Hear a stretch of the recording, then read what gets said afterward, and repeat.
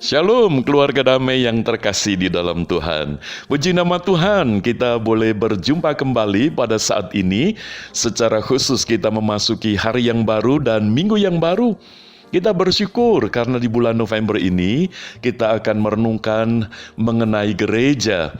Nah, pada saat ini kita akan memikirkan bersama, yaitu gereja sebagai tempat orang berdosa mendapatkan anugerah pengampunan Tuhan.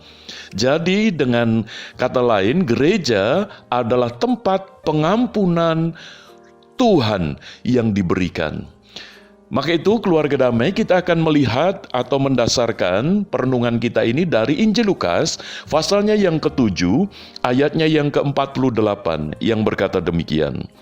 Lalu ia berkata kepada perempuan itu, "Dosamu telah diampuni."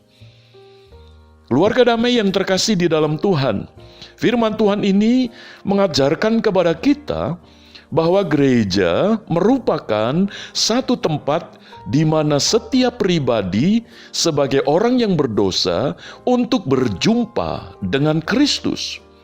Sebagaimana perempuan yang berdosa ini yang dicatat di dalam Injil Lukas pasal 7 ini, di mana seorang yang berdosa ketika berjumpa dengan Tuhan Yesus, lalu dengan rendah hati mengaku dosa, maka dosanya diampuni oleh Tuhan.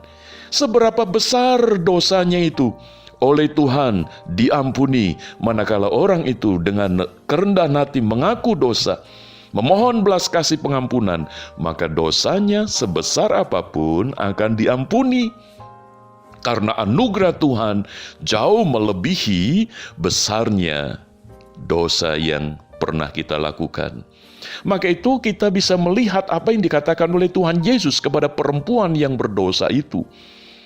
Karena di kota itu orang ini dikenal sebagai seorang yang berdosa. Dan orang menjauhi orang ini, perempuan ini. Tetapi ketika berjumpa dengan Yesus, Yesus mengampuni.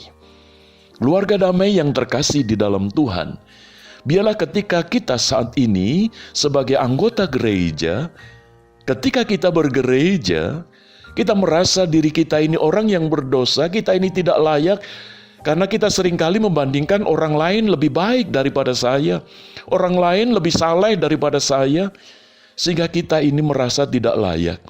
Tetapi justru disitulah ketika kita menyadari keberdosaan kita, lalu kita datang kepada Tuhan Yesus, niscaya gereja menjadi tempat pengampunan, di mana kita memperoleh anugerah pengampunan atas dosa kita melalui Tuhan Yesus.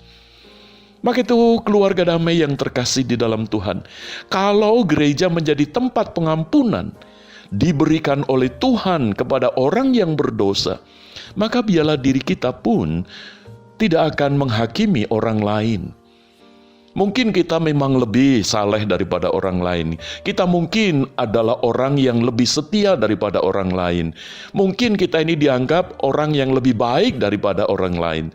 Tetapi biarlah ketika kita mendapati ada orang-orang yang tidak seperti kita, biarlah kita justru mengasihi mereka.